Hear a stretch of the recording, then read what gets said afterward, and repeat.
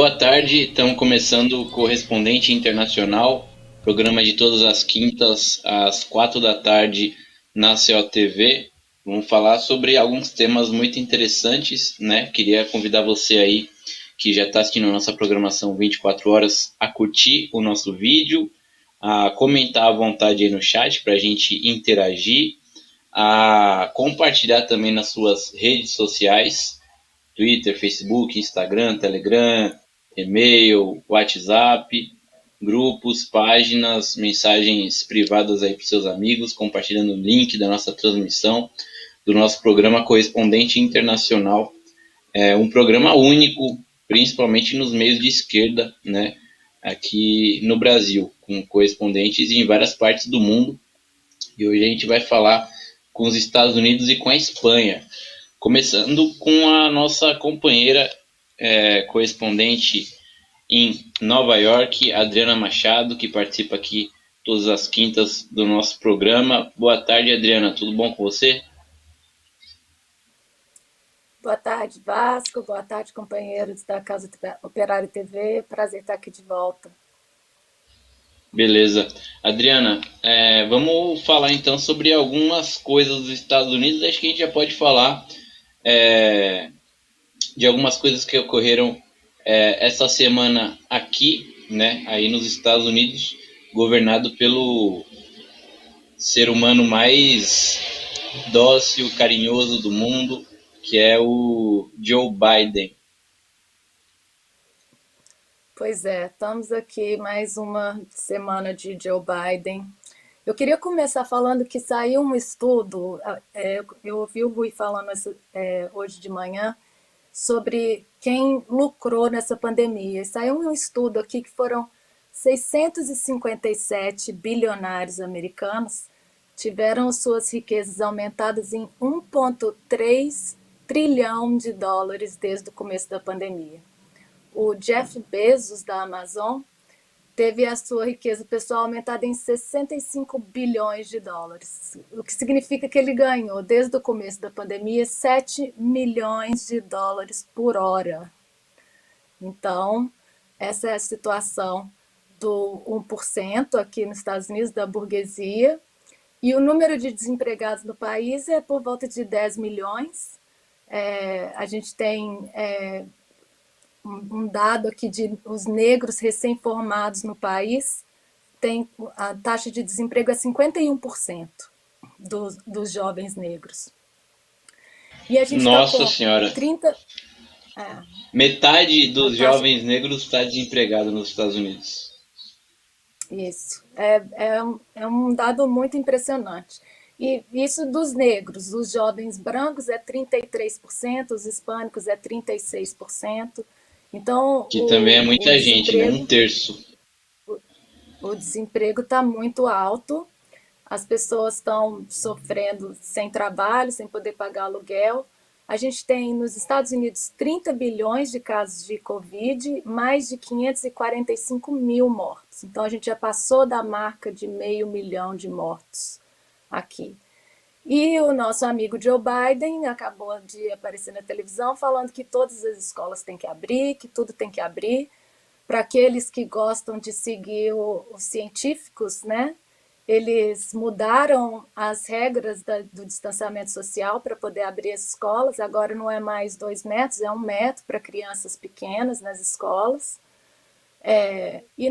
Os professores, os alunos, as pessoas que são forçadas a trabalhar continuam sem seguro-saúde, sem segurança nenhuma do governo. E esse A é o gente só. panorama.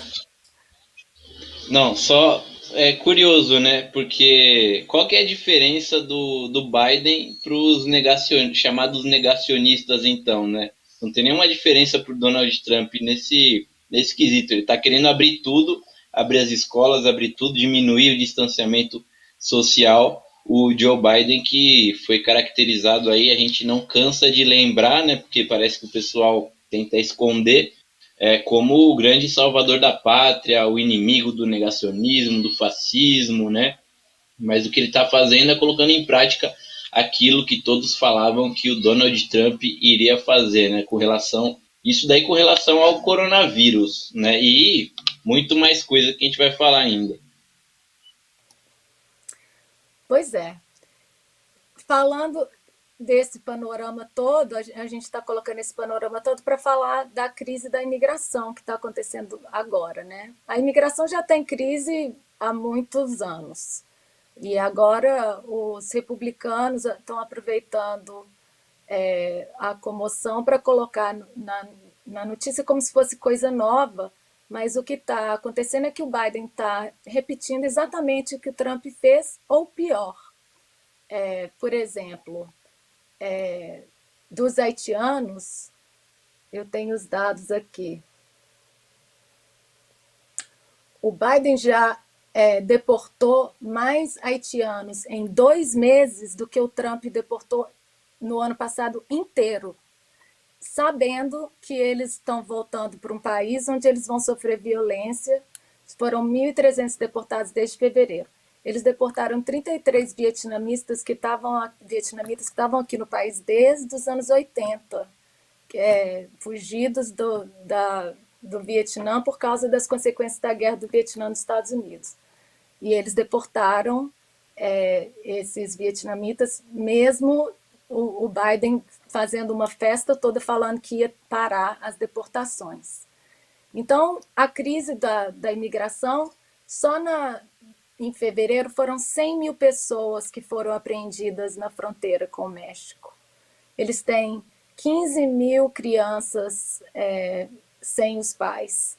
E aí começaram a colocar as crianças em bases militares e simplesmente fecharam para a mídia. Não deixam a mídia mostrar o que está acontecendo. Fecharam para a mídia não ver a situação e também fecharam a fronteira. O Biden colocou a Kamala Harris, que é a vice-presidente descendente de africanos e asiáticos, para liderar, gerenciar a crise. Eles têm o secretário de segurança, que é o Alejandro Mayorkas, que é nascido em Cuba, e ele simplesmente chegou na televisão e falou: a fronteira está fechada. Se fosse fácil assim, simplesmente fechar a fronteira, essa situação já tinha resolvido há muito tempo, né? É uma demagogia e uma mostra de que eles não estão preparados e não sabem como lidar com a situação. Teve um congressista, um deputado do Texas, que foi numa dessas instalações e tirou umas fotos. E a gente viu instalações que cabiam 200 pessoas com 400 pessoas, com crianças dormindo em colchões no chão, separados por plástico, cobertos por... não tinha nem cobertor, era foil, esqueci o nome, papel, aquele papel de cozinhar, de alumínio, papel de alumínio, cobrindo as crianças. E com a pandemia, todo mundo lá junto, e eles não têm como resolver a situação, simplesmente falaram que vão fechar as fronteiras. E o que acontece com as pessoas que estão lá querendo entrar? O que o Biden está falando é que vai existir transparência quando ele resolver a situação, mas ele não sabe quando vai resolver a situação. Eles estão falando que vão mudar 1.000 crianças, mas são 15 mil crianças. Vão mudar para uma instalação melhor. Mas as crianças estão sozinhas, com perigo de pegar coronavírus, quem toma conta é o exército. Então, a situação é horrível.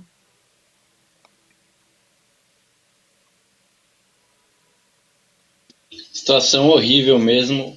Queria lembrar a todo mundo, né, que de acompanhar a programação da Causa Operária TV, programação 24 horas por dia, 7 dias por semana, né? Hoje houve ontem à noite, né, houve o programa do Rui Costa da Pimenta na TV 247, já que não havia ocorrido na terça-feira, né, devido à transmissão do julgamento da suspeição do Sérgio Moro, né? E aí houve ontem aí a transmissão do Brasil 247. Valeu ao pessoal que está acompanhando, já agradecendo aqui ao Arthur Freitas, né, que comenta aqui com a gente, pode deixar também os seus comentários. Agora, Adriana, o, o Bernie Sanders, né, que foi pré-candidato aí do Partido Democrata nas primárias, né, contra o Joe Biden, ele é considerado aí o grande expoente da esquerda norte-americana, né? Ele é admirado, inclusive, pela esquerda pequeno-burguesa brasileira e internacional. Agora, ele deu uma declaração, né, mostrando um posicionamento bem mais à esquerda do que essas pessoas que têm ele como um líder, né? Porque em um podcast lá nos Estados Unidos, questionado a respeito do banimento, né, do Donald Trump pelo Twitter, né, e pelas redes sociais como um todo no início desse ano aqui, por supostamente ele ter influenciado na invasão ao Capitólio e tudo mais, o Bernie Sanders ele se colocou ao contrário, né, a esse a essa censura. Ele disse que fica não vê com bons olhos a ideia de que esses grandes monopólios tenham poder, né, de censurar pontos de vista diferentes. Ele falou o seguinte: ontem foi o Donald Trump que foi banido e amanhã pode ser qualquer pessoa que tem um ponto de vista diferente. Essa questão temos que pensar bastante a respeito disso, né? Então, É, esse ponto de vista do Bernie Sanders foi muito interessante, né? Porque aquilo que a gente vem denunciando. o Bernie, ele é dos políticos que tem mais visibilidade, ele é o mais esquerdista e ele foi responsável por uma mobilização muito grande da classe média nos últimos tempos é, a favor de políticas progressistas. Ele é o único deputado, senador do Partido Dominicano, do Partido Democrático que não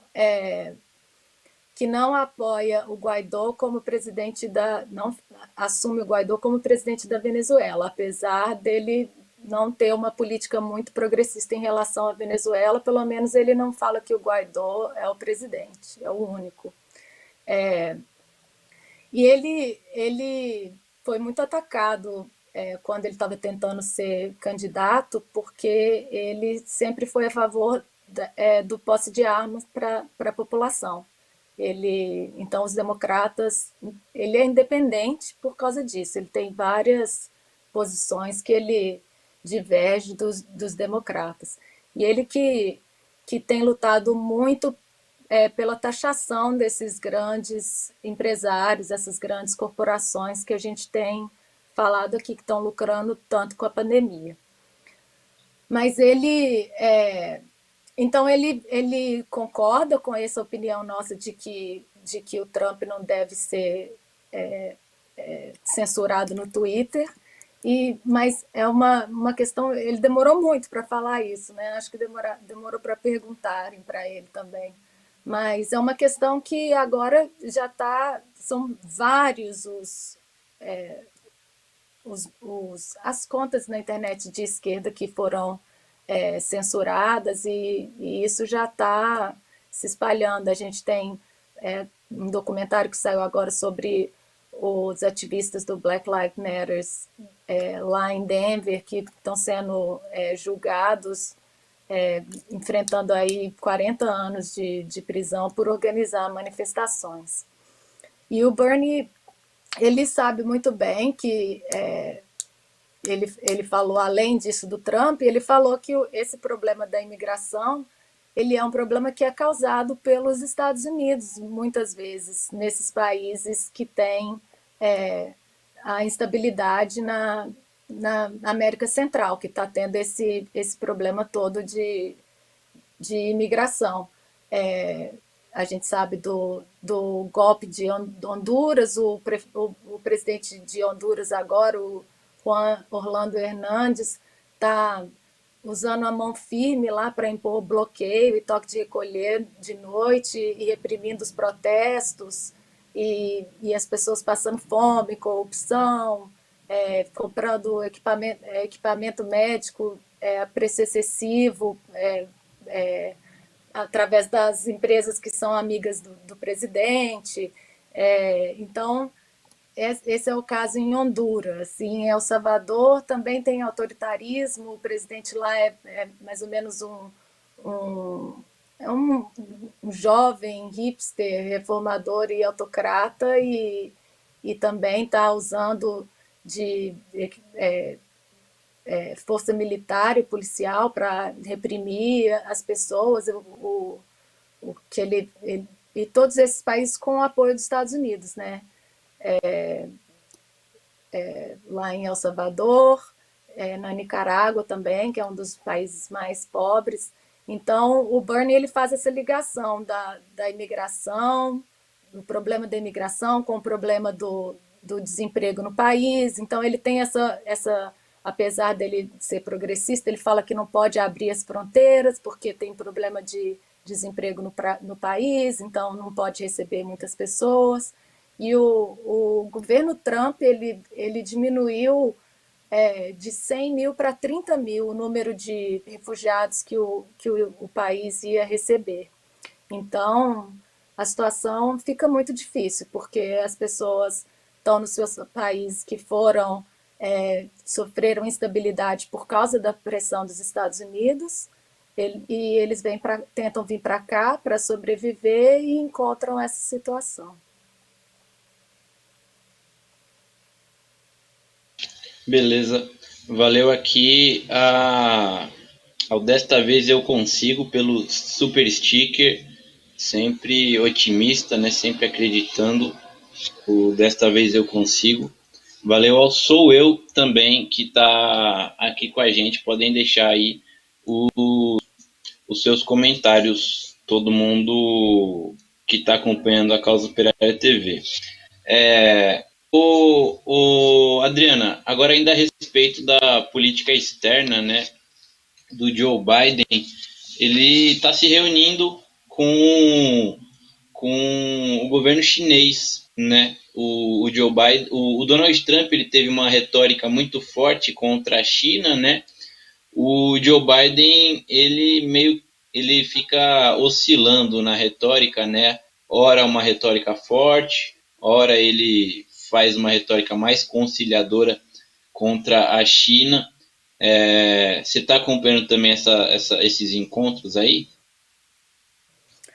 O Biden mandou o Blinken e o Austin Lloyd para Japão, Coreia do Sul, para fazer aliança contra a China, né? Falando que a China era ameaça aos Estados Unidos, uma conversa muito belicosa. Depois o Blinken, eles encontraram no Alasca com os chineses, e hoje o Biden, na conferência que ele fez, ele voltou um pouco atrás, como você falou, eles estão agressivos e depois voltando. Hoje ele falou que ele não quer confronto, ele sabe que vai ter competição, mas sem confronto. Agora, para ele, a competição, os chineses têm que seguir as regras, só que as regras, aí que entra a história, né? As regras são as regras americanas. Então, o Biden está juntando, ele falou que já falou com o Japão e a Coreia do Sul, agora ele vai falar com a Europa, e que o problema é que a China já tem a tecnologia muito superior, a produção superior, a economia está crescendo, então vai ser muito difícil para os Estados Unidos conseguirem parar esse crescimento da China. O que o Biden falou é que ele vai investir no trabalho, ele até falou que hoje na conferência que ele vai investir nas comunidades e que as comunidades são feitas através dos sindicatos. Ele está agora falando bem dos sindicatos, falando que vai investir, que a China investe, que os Estados Unidos têm que investir também. Eles fizeram, inclusive, a gente falou semana passada do pacote econômico, foram 4 bilhões de dólares só para esse triângulo do norte, que eles estão chamando, que é o México, Guatemala, Nicarágua, esses países da crise, para tentar resolver a crise. E aí a última coisa que ele fala é que a China tem que seguir os direitos humanos. Então o Biden, no mesmo fôlego que ele fala que ele vai esperar para resolver a situação das crianças em jaulas, separadas das famílias aqui dentro do território americano, ele condena a China por causa do, do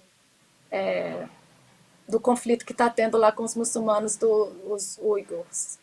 E que é uma situação, a gente não sabe direito como mas que é muito mais complicada do que crianças em jaulas, né? Então, o Biden fala que a China tem que respeitar os direitos humanos, quando a gente vê que os direitos humanos aqui não estão valendo nada. Exatamente, né? Existe uma campanha muito grande aí nos últimos anos, né, internacionalmente, a respeito da repressão da China contra a etnia uigur, né, que reside ali na região da China que faz fronteira com a Ásia Central, Mongólia Interior, etc., que supostamente haveria campos de concentração para essa etnia que tem religião muçulmana, né? Seria um perigo, segundo Pequim, né? De acordo com essa propaganda aí. Só que não se fala nada, né? Que na verdade o que o Biden está fazendo isso sim, uma violação explícita e comprovada, né, dos direitos humanos. Agora, a respeito da China, né, o que o Trump não conseguiu fazer, o Biden vai tentar fazer, né, que é boicotar ao máximo aí a economia da China, sendo a China, né, apesar da economia, né, estar se desenvolvendo de uma maneira aparente, né, é um país de economia atrasada e que, na verdade, não consegue se desenvolver justamente pelo veto, né, imposto aí pelos países imperialistas, como é os Estados Unidos, que controlam, né, no frigir dos ovos aí a economia chinesa. A gente viu aí o caso da Huawei, por exemplo, né, tentando entrar no mercado norte-americano e simplesmente sendo barrada por normas estabelecidas aí pelo governo norte-americano para proteger as grandes empresas de tecnologia do Vale do Silício, né, inclusive prendendo, né, em território canadense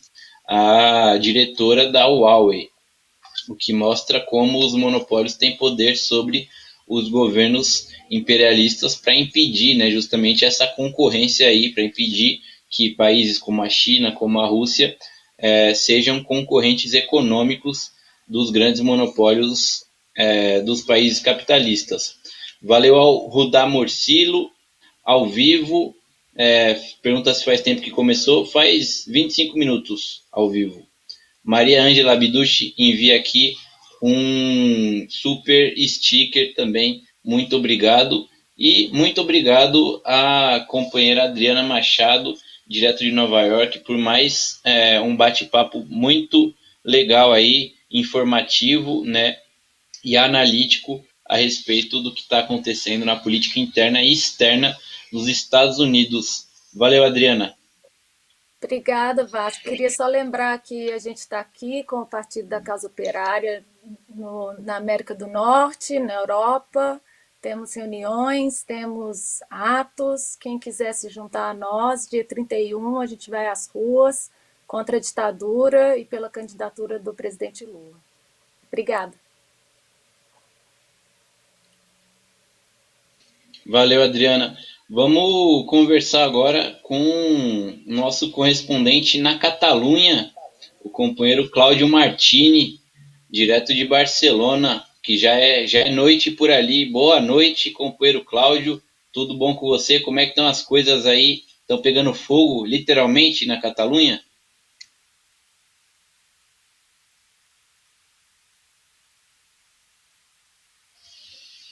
Acho que você está sem som.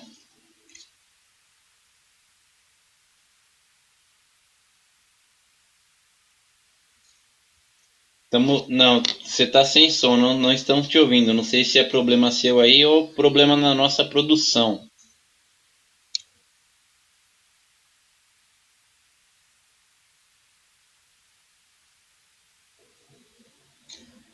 Continuamos sem ouvi-lo. Talvez, pode ser que seja problema no. A produção poderia ver se é problema nosso aqui ou problema do companheiro Cláudio. Enquanto isso, acho que a gente pode exibir aí uma reportagem, né, do Brasil de Fato a respeito do que está acontecendo no Chile. A gente tem um vídeo da Grécia, mas a gente pode exibir depois. Antes, vamos exibir a reportagem do Brasil de Fato a respeito das eleições para a Assembleia Constituinte no Chile, enquanto a gente resolve o problema de áudio do Cláudio. Vamos lá. O Chile se prepara para eleger seus deputados constituintes, governadores e prefeitos nos dias 10 e 11 de abril. Vivendo uma segunda onda de contágios da Covid-19, o processo corre o risco de ser adiado por falta de condições sanitárias. No entanto, a eleição da Constituinte ainda gera muita expectativa. De acordo com uma pesquisa de opinião do Centro Estratégico Latino-Americano de Geopolítica, o CELAG, mais de 58% dos chilenos têm esperanças de mudanças com a nova Constituição. E os principais assuntos são saúde, educação e o sistema previdenciário. Nosotros seguimos viviendo en el mismo Chile de antes del 18 de octubre, pero con un elemento que es fundamental y que ha estado ausente de este debate y que creo que es muy crítico, que tiene que ver con la violación sistemática de los derechos humanos, no solo de las personas en el contexto de la revuelta y la movilización, sino como que la instalación de un Estado represivo disfrazado, ¿no?, de regulação e de controle hacia a pandemia. No plebiscito de novembro do ano passado, 78% dos votantes aprovaram a reforma, que será feita com uma convenção constitucional totalmente nova. Por isso, no dia 11 de abril, os chilenos deverão eleger 155 representantes, metade homens e metade mulheres, para compor a convenção constitucional que terá até 12 meses para escrever uma proposta de Carta Magna. Além disso, 17 cadeiras já estão asseguradas para os povos indígenas, que deverão escolher entre si os seus representantes. Para a Convenção Constitucional ha ocurrido um fenómeno que não passava há muitíssimo tempo, que é o interesse das pessoas em participar del proceso y ser elegidas constituyentes. Y hay muchas listas de organizaciones sociales o de independientes, incluso muchas más que las de los partidos políticos que están disputando esta elección. Os protestos de outubro de 2019, que levaram ao plebiscito constitucional de 2020, expressaram um profundo descontentamento com a classe política tradicional e com o modelo social e econômico do país. Pertenezco a ese grupo de organizaciones que no somos los que aparecimos el 18 de octubre, sino que somos los que hemos venido instalando las demandas de nuestro pueblo hace varios años desde distintos espacios, desde los territorios, ¿cierto?, desde las organizaciones, desde los gremios. Efectivamente se puede dar una oportunidad. Esta oportunidad va a depender específicamente de nuestra gente, de esa gente que se levantó el 18 de octubre, de nuestras organizaciones, del trabajo acumulado que llevamos por años en los territórios, e se tem que expressar em algum minuto. No entanto, esse desejo de mudança não saiu unificado nesse processo. Além das candidaturas independentes, a esquerda sai dividida em várias chapas. A aspiração da constituyente é muito legítima em um sector importante da população, mas ao calor de los días y con esta crisis también de falta de unidad y de proyecto común, va haciendo que la gente se distancie y vaya más que perdiendo la esperanza en ese proceso, mirando que en realidad la única forma de, digamos, es como tomando por mano propia, ¿no?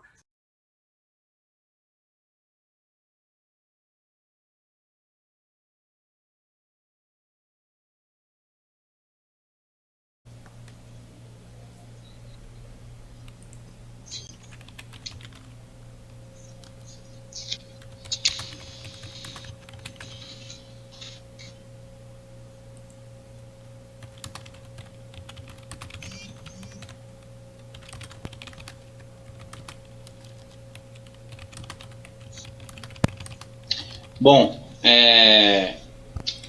a respeito da Constituinte chilena, né? Vocês viram aí na reportagem que o governo do Sebastião Pinheira está tentando uma manobra, né, para adiar a Constituinte com a desculpa do coronavírus, sendo que o Chile ele tem sido um dos países onde a população está sendo mais rapidamente vacinada, né? Isso daí aparentemente é uma tentativa de manobra política, né, para o governo do Sebastião Pinheira ganhar tempo, mesmo que a própria Constituinte, né, seja uma Constituinte à la Pinheira mesmo, né, uma Constituinte que foi acordada aí entre os principais partidos do regime político chileno, né, o Pinheira, o próprio presidente Sebastião Pinheira, a Frente Ampla, o Partido Socialista, que é um partido totalmente integrado ao regime, né?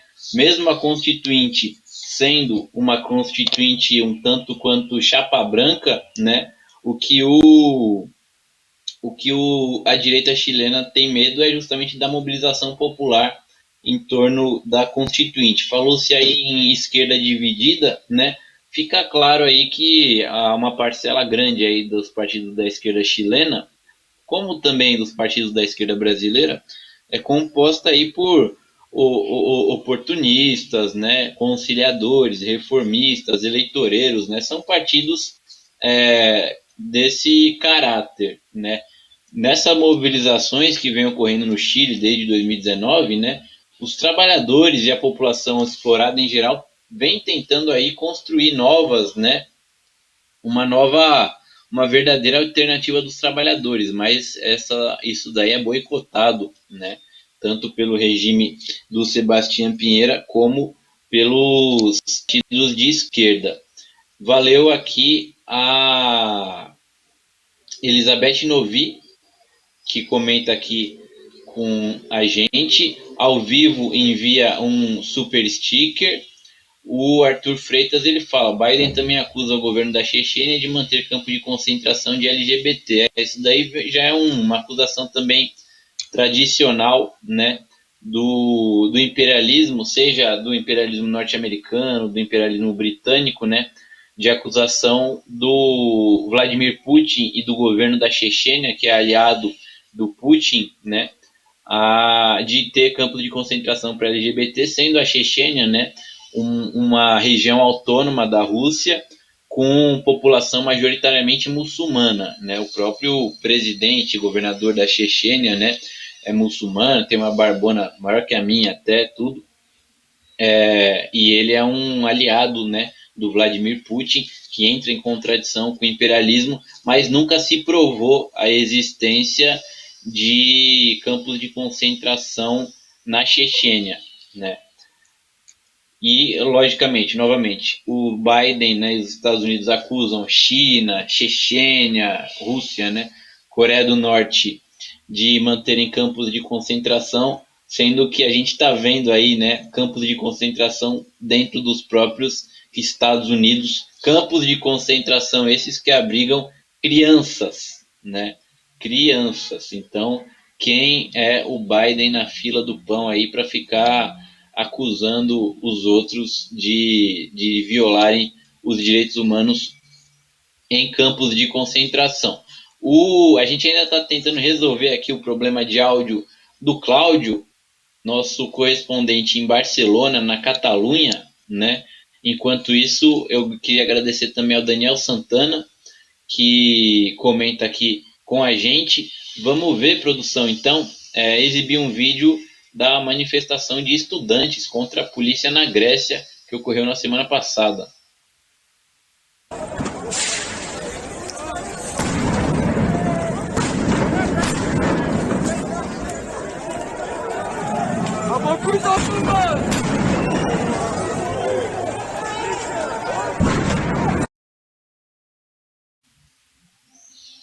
Essas manifestações aí na Grécia vêm ocorrendo, né, tanto por parte de estudantes como por parte da juventude em geral e também de setores da classe trabalhadora. A Grécia, lembrando, né, que foi o país mais afetado da Europa inteira na crise financeira de 2008, né, que levou a banca aí de diversos países, a própria Grécia tendo que ser socorrida, né, pelos anjos da guarda imperialista que foram o Banco Mundial, o FMI e o Banco Central Europeu, né, a Troika, que na verdade saquearam completamente a Grécia, se aproveitando dessa crise. E a gente vê hoje que a Grécia não melhorou absolutamente nada, né, a vida dos trabalhadores gregos. Você me ouve, Cláudio? Vamos ver se agora a gente consegue conversar.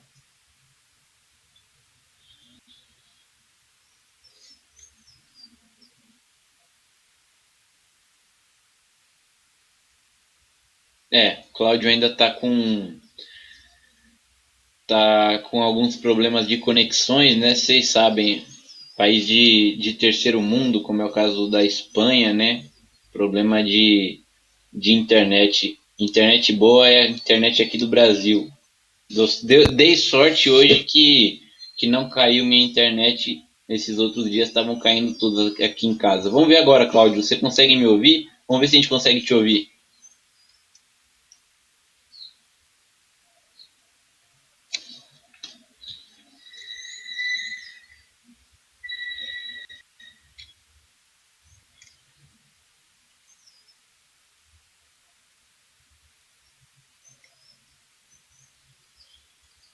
Eu vou pedir, Cláudio, para você sair do programa e entrar de novo para ver se melhora, ou então para ver se você.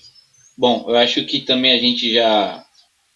Não sei se vai dar tempo de você se deslocar para algum outro lugar para pegar uma conexão melhor de internet. Você pode tentar desligar a câmera de repente para ver se diminui o peso aí da internet. A gente pelo menos ouve você dando seus informes aí a respeito da situação na Catalunha.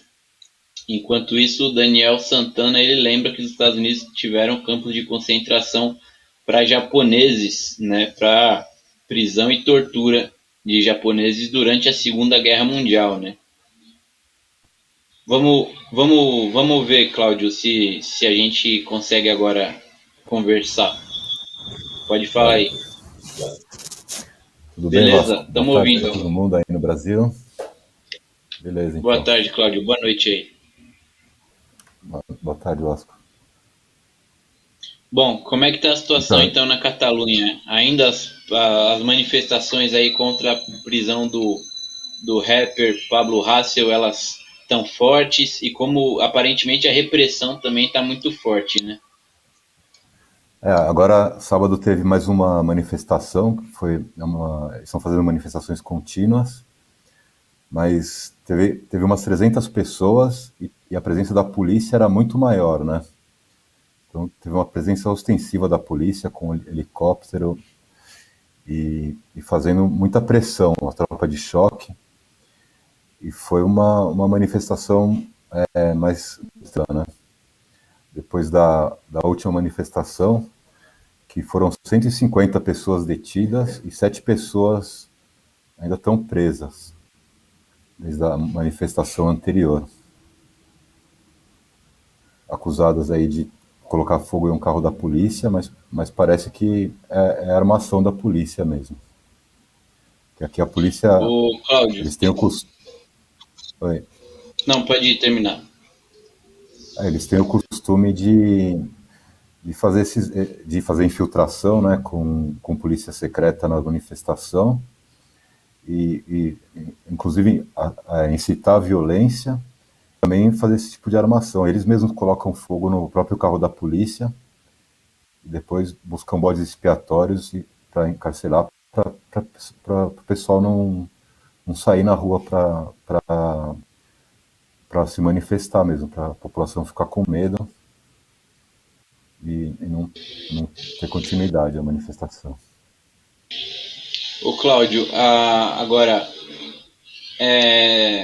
nas últimas semanas aí iria ocorrer eleições parlamentares na Catalunha. Já ocorreram essas eleições aí? Sim, as eleições na Catalunha já ocorreram e agora está começando as eleições em Madrid. Sim. E você está acompanhando como é que está a situação para as eleições, municipais em Madrid, eleições para a prefeitura de Madrid, para a Assembleia Municipal, como que é? Como eleições municipais. O vice, o vice, o vice-presidente aqui, que é o Pablo Iglesias, ele saiu, que é do Podemos, né? Ele abandonou, ele saiu do governo para concorrer às eleições aqui em Madrid. A candidata anterior era a Ayuso, que é uma fascista do PP, né? Ela defende abertamente o fascismo.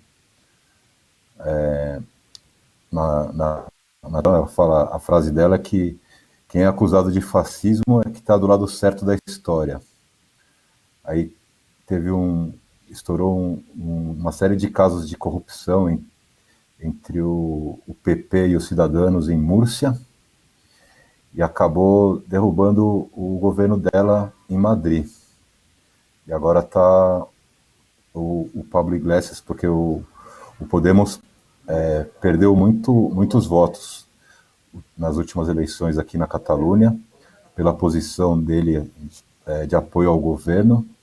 Então ele resolveu sair, abandonar a vice-presidência para poder salvar o partido nas eleições municipais em Madrid, que é o centro eleitoral do Podemos, né? O reduto eleitoral deles. Uhum. Agora, o Podemos, então, acabou rompendo com o PSOE no governo? O Podemos se retirou do governo do PSOE, é isso? Não, o Podemos não devia fazer isso, mas ele não faz. Ele entregou o cargo para poder concorrer nas eleições municipais. Ele tentou colocar a ministra do Trabalho como substituta a vice-presidente, mas o PSOE não aceitou ela colocou ela como terceira vice-presidente. Então, eles entregaram o cargo, né? Então, parece muito a esquerda pequeno-burguesa brasileira, né? Craqueira eleitoral, assim, não pode ver umas eleições, o cara abandona o cargo de vice-presidente para ir concorrer nas eleições, né? Aí na Espanha, pelo jeito, a esquerda pequeno-burguesa é igualzinha aqui no Brasil, né? Não pode ver uma eleição que ela corre atrás ali, e pelo menos aqui no Brasil, mas na Espanha também, ultimamente só vem tomando, né, nas eleições. Você acha que existe alguma possibilidade de o Pablo Iglesias se tornar prefeito de Madrid?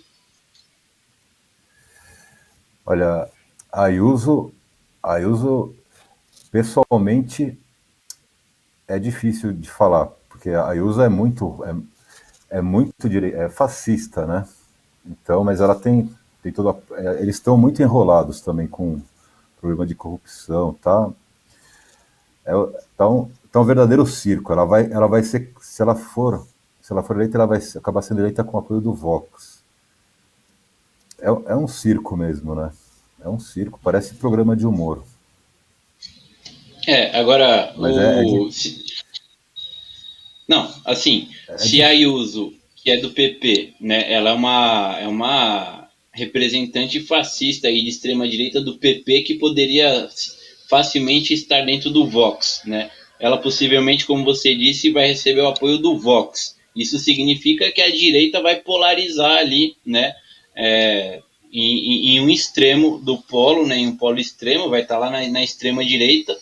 E a esquerda, será que o Pablo Iglesias vai tentar uma polarização aí, ou ele vai dançar ciranda nessas eleições? Porque desse jeito aí não tem chance, né? A gente já viu aí nos últimos meses a extrema-direita saindo nas ruas da Espanha livremente, né? Principalmente em Madrid, mas até mesmo aí na Catalunha. E em Madrid é onde o Vox é muito forte, né? Então, e quando serão as eleições aí em Madrid, o Cláudio? Já tá começando. Eu não sei a data exata, acho que é 4 de março, não sei a data exata. Pro Pablo Iglesias polarizar aqui é uma coisa meio impossível, né? Ele se mantém no governo do PSOE. o pessoal aí também vota junto com... O pessoal elogia o Vox e é contra a política do Pablo Iglesias polarizar. O que ele faz é fazer um discurso intelectual moralista para a extrema-direita, né? Mas a administração da Ayuso em Madrid, na questão do Covid também, foi um desastre, foi um genocídio. Ela deixou o pessoal nos idosos, assim, perdeu o controle completamente da situação. O que acontece é que eles compram aqui no Brasil, né? Eles têm controle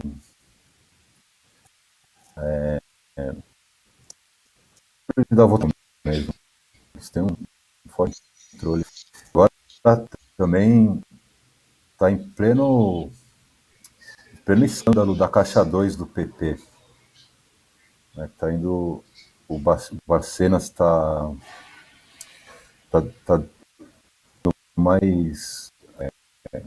Está indo mais provas da Caixa B do PP. O partido está completamente em corrupção. Isso acabou de estourar o escândalo em Múrcia de corrupção do PP. Em meio a isso, pela questão dos escândalos, o Pablo Iglesias pode uma, mas não tem claro nesse sentido. Tá muito no comando das eleições ainda. Estou só postulando os nomes por enquanto.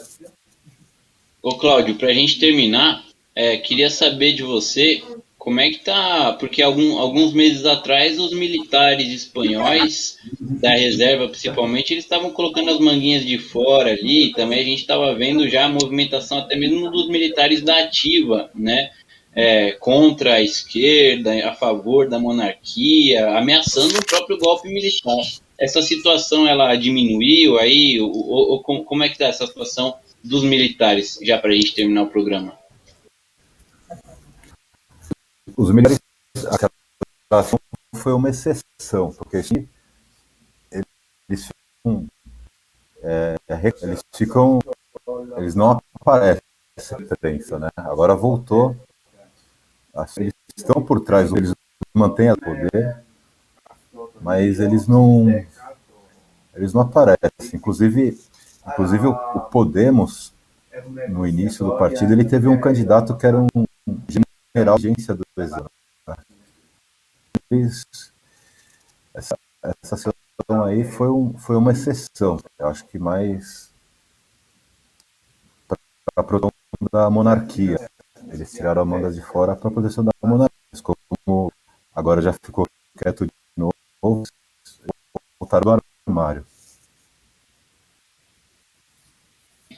Beleza, Cláudio. Muito obrigado aí pela sua participação. Muito importante a gente ter também informações a respeito da Espanha, a respeito da Catalunha, né?